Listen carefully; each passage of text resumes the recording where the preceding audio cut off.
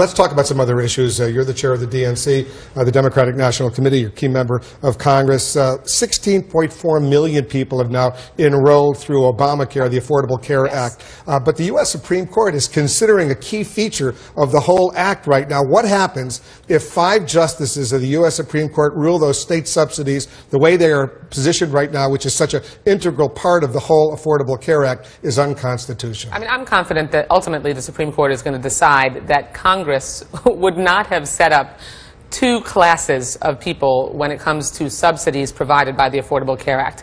Clearly, Congress intended, when a state decided not to establish a state exchange, that the national exchange would be treated exactly the same. If the 5 justices rule the other way, is there a plan B? What do you do? The outcome should be, and I expect it to be, but what if that it's not?